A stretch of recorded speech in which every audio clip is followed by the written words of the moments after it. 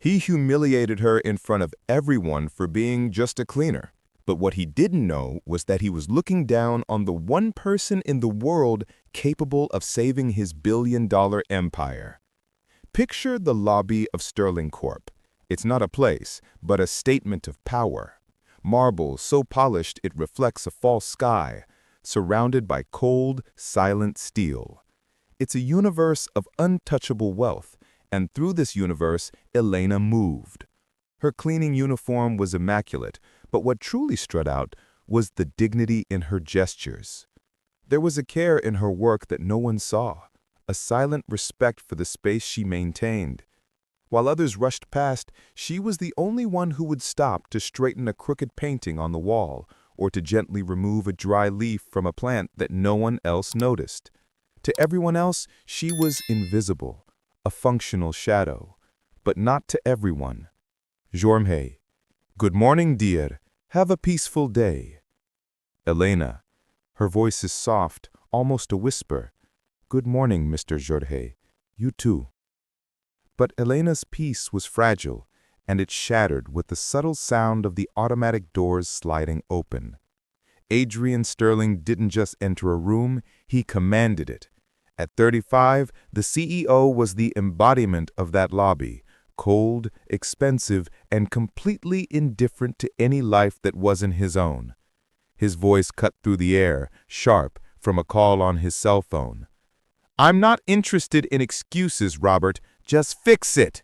The numbers don't lie, and yours are pathetic. At his side, like a perfectly matched accessory, was Isabella. Her beauty was a weapon, and her first act was to take aim. Adrian, darling, finally, you really must speak with the decorator. This lobby feels so impersonal. Hours later, in the company's event hall, Adrian's indifference would turn to cruelty. In the middle of a conversation with investors, his laugh rang out, an instant before the sound of shattering glass and the dark red of wine stained the white floor. Elena moved quickly, as she always did, to contain the damage. She knelt, ready to clean the mess that he had made. But Adrian didn't see her, not as a person. Adrian, laughing to the investor, his voice dripping with disdain, "Don't worry about the mess. We have people to take care of that." That, not her. He turned her into a thing. And to ensure the wound cut even deeper, Isabella added, a venomous smile in her voice, "Just be careful not to ruin the floor with those cheap shoes, dear." A momentary silence. The only sound was Elena's cloth against the marble. She didn't cry. She didn't look up. She simply finished her job, rose with her spine perfectly straight, and retreated, carrying the weight of that humiliation with every silent step. That humiliation was only the beginning of his downfall. Comment turnaround if you believe that what goes around comes around, and that her dignity will be her greatest strength. Their words echoed in the silence of the employee locker room. That, cheap shoes, each syllable was a stone, building a wall around Elena's heart. On the outside, she remained professional, unshaken. But on the inside, the linguistics scholar, the woman who once dreamed of building bridges between cultures, was suffocating beneath the weight of her uniform. She sat on a simple bench, the luxury of the event hall a world away, and opened her bag. From it, she pulled not a phone or a magazine, but a worn hardcover book, Poems by Anna Akhmatova, a refuge written in Russian, a language that held the soul of a resilient people. A single tear finally escaped, falling onto the cover like a drop of rain in a desert. Jorge, his voice is calm and paternal, a little something for the soul. Chocolate helps chase away the world's bitterness. It was Jorge, the security guard. He didn't ask questions. He didn't mention what he saw. He simply extended a small chocolate bar and a bottle of water to her. A simple gesture that meant everything. "Thank you, Mr. Jorge. You didn't have to do that." "Yes, I did. Good people need to know they're not alone. That world out there is made of glass. Pretty to look at, but it breaks easy. What you have in here A pause. That's rock. While kindness found a space in the building's basement, cruelty was traveling in a luxury car. On the phone, Isabella, Adrian's fiancée, distilled her venom onto an unseen target. "No, I don't want ivory. I want alpine snow. If you can't understand the difference, perhaps you should find a job that doesn't require an ounce of good taste. Fix it, or I'll fix your employment status." To Isabella, the world was a mirror, and everyone in it existed only to reflect her own image of perfection. Anyone who failed that role was, to her, disposable, just as Adrian, at times, felt he was. That same night, in his penthouse overlooking the entire city, he loosened his tie. The victory in business didn't taste as sweet as he'd hoped. His gaze drifted to a photo on his desk, a younger him standing next to a severe-looking father whose eyes seemed to demand more, always more. Adrian, too, was in a prison, albeit one with walls of glass and a view of the stars. The empire was his inheritance and his sentence. Far away, in her small, cozy apartment, Elena entered her true kingdom. The walls weren't marble, but were covered in books. Old maps hung on the walls, notes in Mandarin, Arabic, and German scattered across a desk. While Adrian counted his billions, Elena collected universes. Each language was a door, every word a new way of seeing the world. Her body cleaned the floors of his empire, but her mind traveled across continents, conversed with poets and philosophers, and dreamed of a day when her voice, in all its rich and complex languages, would finally be heard. The next morning, the air in the Sterling lobby was just as cold, the marble just as unforgiving. Elena moved through her duties with the same quiet grace, her heart shielded by a fragile layer of resilience. She was carrying a small, worn tote bag from which a few of her personal books peeked out when she turned a corner too quickly and bumped into a junior executive rushing past. The bag slipped from her shoulder, its contents scattering across the floor. The executive barely glanced back, muttering a non-apology as he hurried on. Others simply altered their path, walking around her as she knelt to pick up her scattered treasures. She was, as always, invisible. But then, a pair of hand-stitched Italian leather shoes entered her line of sight. A hand reached down, not hers, and picked up a book. It was Adrian Sterling. He stood over her, holding a slim volume of poetry. He didn't smile. His expression was as stern as ever. But he was there, kneeling on the floor of his own empire, helping the cleaner. "Adrian, you should be more careful." His words were harsh, but his action was the opposite. He handed the book back to her. As he did, his eyes briefly registered the title, written in elegant Cyrillic script. He didn't recognize the language, but he recognized the intellect it implied. Elena was filled with surprise. "Thank you, Mr. Sterling." He simply nodded, rose, and walked away as if nothing had happened. But it was a small gesture that sent an earthquake through the silent protocols of the building. And it left a question, small and unwelcome, lodged in Adrian's mind. That question was quickly buried under the weight of his real problem. In the main boardroom, Adrian faced his team, his face a mask of controlled fury. His billion-dollar international merger was falling apart. Robert, voice nervous, trying to be professional.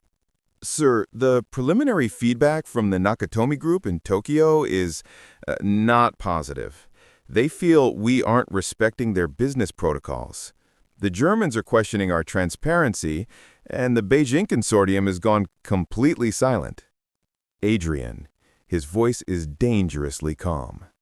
"So what you're telling me, Robert, is that my legacy-defining merger is collapsing because of politeness?" Adrian's vulnerability wasn't emotional, it was strategic.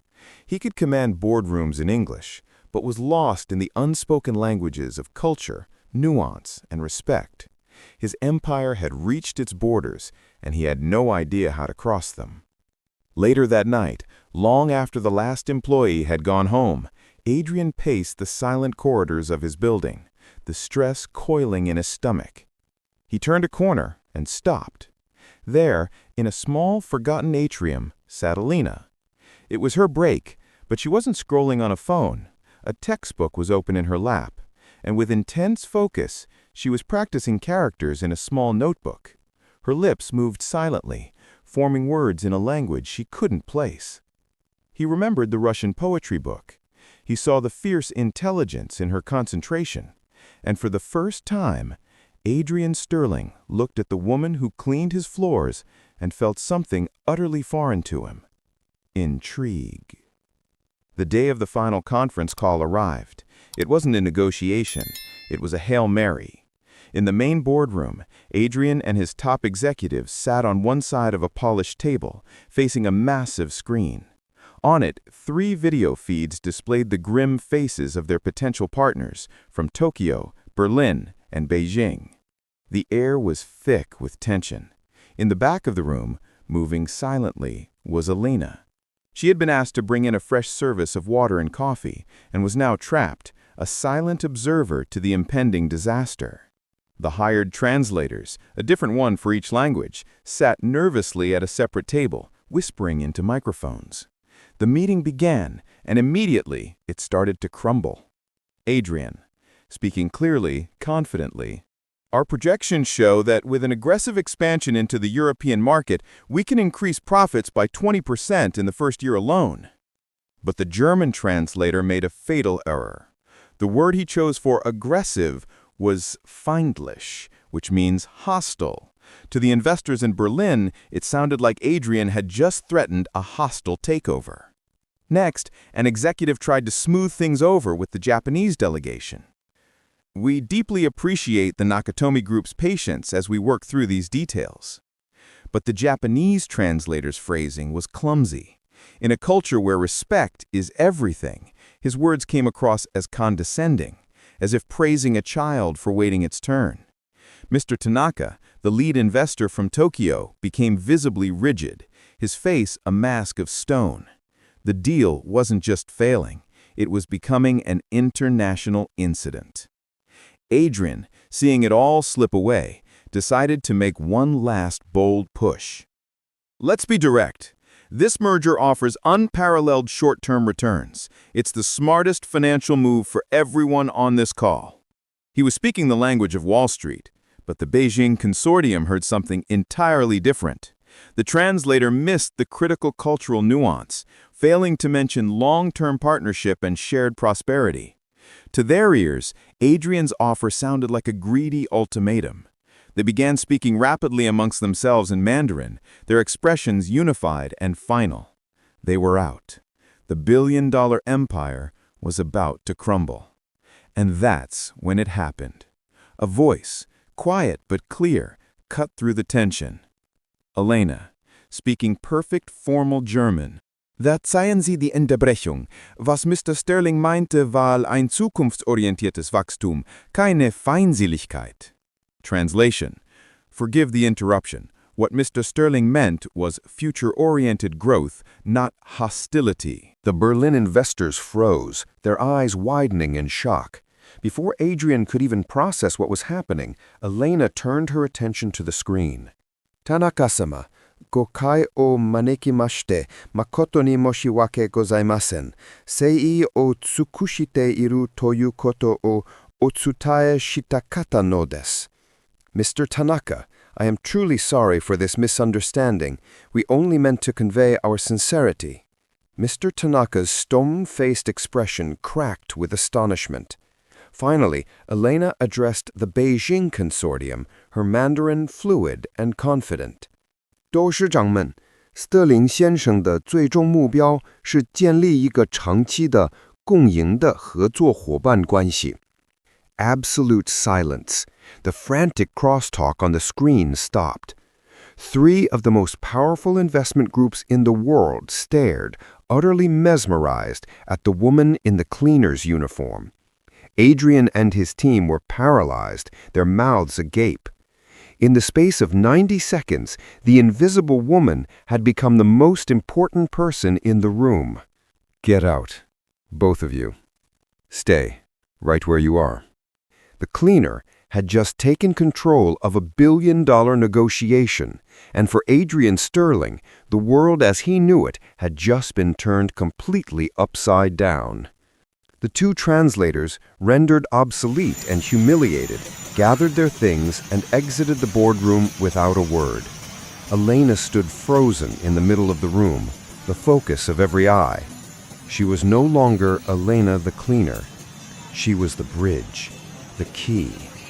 Adrian gestured to an empty chair at the main table, a chair that had belonged to a vice president just moments before. With a deep breath that steadied her trembling hands, she took a seat at the table she had only ever wiped down. For the next hour, Elena didn't just translate words, she translated worlds. She navigated complex financial terms in German, deciphered the subtle honorifics of Japanese business etiquette, and articulated the long-term vision required by the Chinese consortium. She wasn't just speaking languages, she was conducting a symphony of global commerce. When the call finally ended, it was with smiles, nods, and a saved deal. Adrian's team stared at Elena with open admiration and disbelief. But Adrian just watched her, his expression intense and unreadable. Hours later, Adrian's office was an island of light in the dark, sleeping skyscraper. Papers and charts covered his desk. He and Elena were the only two left, finalizing the notes from the triumphant meeting. The professional barrier between them had dissolved, replaced by a quiet, shared intensity. He finally broke the silence, his voice softer than she'd ever heard it. The merger was saved. You saved it. I have to ask, how? I just like languages. My parents were diplomats. I grew up all over the world. I was studying for my PhD in comparative linguistics at Columbia when what? My father got sick. The medical bills, they wiped everything out. After he passed, I had to drop out and take whatever job I could find to support my mother. Cleaning paid the bills. And there it was, the story he could never have imagined. The woman he dismissed as simple was a world-traveling academic grounded by tragedy and love. He looked at her hands, the hands that cleaned his floors, and for the first time he saw the quiet strength that held a family together. A wave of respect, so profound it startled him, washed over him. You must be exhausted. Let me get you another coffee. He stood and walked to the small espresso machine in the corner of his office. When he returned with the cup, he didn't just hand it to her. As she reached for it, his fingers gently brushed against hers. The contact was brief, but it sent a jolt of electricity through them both. They froze, their eyes locking in the dim light of the office. The air grew thick, with everything left unsaid. He began to lean in, almost imperceptibly. The screen lit up with a single glaring name, Isabella. For a fleeting moment, they weren't CEO and employee. They were just a man and a woman, connected by a spark of understanding. But the outside world, in all its cold, glittering reality, had just come crashing back in. Adrian pulled away from the phone. The spell between him and Elena shattered. He answered the call from Isabella with a clipped, professional tone, the walls of his corporate persona snapping back into place. The moment of vulnerability was over, but it had been seen. And the next day, the consequences of that moment would arrive. Isabella didn't walk into the executive suite the next day. She swept in, a hunter sensing a rival on her territory. She expected to find Adrian alone. Instead, she found Elena, not in a cleaner's uniform, but in simple professional attire, sitting at a temporary desk outside Adrian's office, reviewing a stack of documents. The sight confirmed Isabella's every suspicion. Isabella. Her voice is sickly sweet, dripping with condescension. Well, well, look at you, playing secretary now, are we? It's amazing what a little enthusiasm for the job can get you. Elena. She looks up, her expression calm, refusing to be rattled. Good morning. I'm assisting Mr. Sterling with the final stages of the international merger. Isabella. She lets out a small, cruel laugh and leans in closer, her voice dropping to a venomous whisper. Let's get one thing straight. You can put on a blazer and sit at a desk, but you're still the woman who cleans up other people's messes. Adrian might be amusing himself with his little pet project, but don't you for a second mistake his pity for passion. You are a novelty, and novelties, my dear, get old. Isabella's words were meant to be scalpels, cutting away at Elena's newfound confidence, trying to remind her that she was, and always would be, an outsider. But before Elena could respond, the lobby doors of the executive floor opened. The timing couldn't have been more public. Adrian emerged alongside several other senior partners. He saw the scene immediately, Isabella poised like a cobra over Elena, who sat, dignified, under the assault. He heard Isabella's final cutting remark. So run back to whatever little hole you crawled out of. You don't belong here. Adrian. His voice isn't loud, but it cuts through the entire lobby, cold and final. She's right. You don't belong here. A triumphant smirk flashed across Isabella's face. She had won. But then Adrian kept walking, right past her, until he was standing beside Elena's desk. He turned, not to Elena, but to face his fiancée, his eyes like chips of ice. Adrian. His voice rings with absolute authority for everyone to hear. Elena belongs in this boardroom. She belongs at my side, leading this merger. The only person who doesn't belong here, Isabella, is you. Isabella, stunned, her face pale with fury and disbelief. Adrian, I was just putting this social climber in her place. No, you were showcasing your own cruelty. Elena's value to this company and to me is something you will never be capable of understanding. And with those words, the ground shifted. Adrian Sterling had not just defended an employee, he had drawn a line in the sand. On one side stood Isabella and the shallow, cruel world they shared. On the other stood Elena. The entire company had just witnessed their king choose the cleaner over the queen, and the war had just begun. The lobby fell silent, the echo of Adrian's words hanging in the air. Isabella stood, exposed and humiliated, her face a mask of disbelief.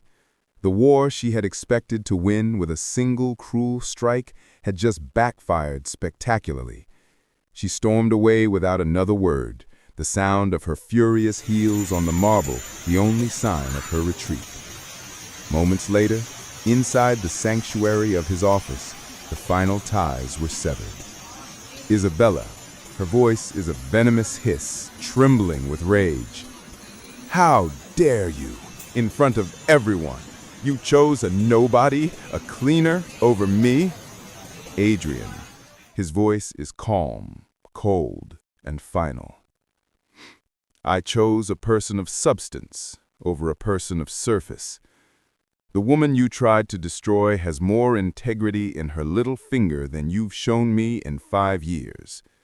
You're infatuated. She's playing you, and you're too blind to see it. You'll regret this. I will make you regret this. No, Isabella. My only regret is not seeing this sooner. We're done. The engagement is over. The alliance between two of the city's most powerful families wasn't ended by a business deal, but by a quiet act of dignity from a woman they thought had none. As Isabella left, slamming the door behind her, Adrian felt not loss, but a profound sense of relief, as if a great weight had finally been lifted from his soul. He then turned to Elena, who stood uncertainly in the wake of the storm. "Elena, I apologize that you were put in that position." "Elena," her voice is quiet, "you didn't have to do that." Adrian: "Yes, I did. And now I have a formal offer for you. This isn't a temporary arrangement. I'm creating a new position for this company, Director of International Relations. The job is yours, if you want it." Elena looked at him, searching his eyes, trying to understand the man who was turning her world upside down. "Why?" "Adrian, because you're the most qualified person I've ever met. And because I need you." He said, "I need you," as a CEO, but his eyes said something more. It was no longer a business transaction. It was a plea. He was offering her a title, a future, but what he was really asking for was a chance to exist in her world, a world of authenticity and substance. And Elena blossomed. Freed from the shadows, she stepped into the role she was always meant for. In the weeks that followed, she wasn't just a consultant, she was a leader. She commanded respect, not with a loud voice, but with quiet competence and unshakable integrity. But she knew there was one final piece of business to attend to. At a charity gala weeks later, Elena, now dressed in an elegant but understated gown, saw Isabella holding court, desperately trying to cling to her social standing.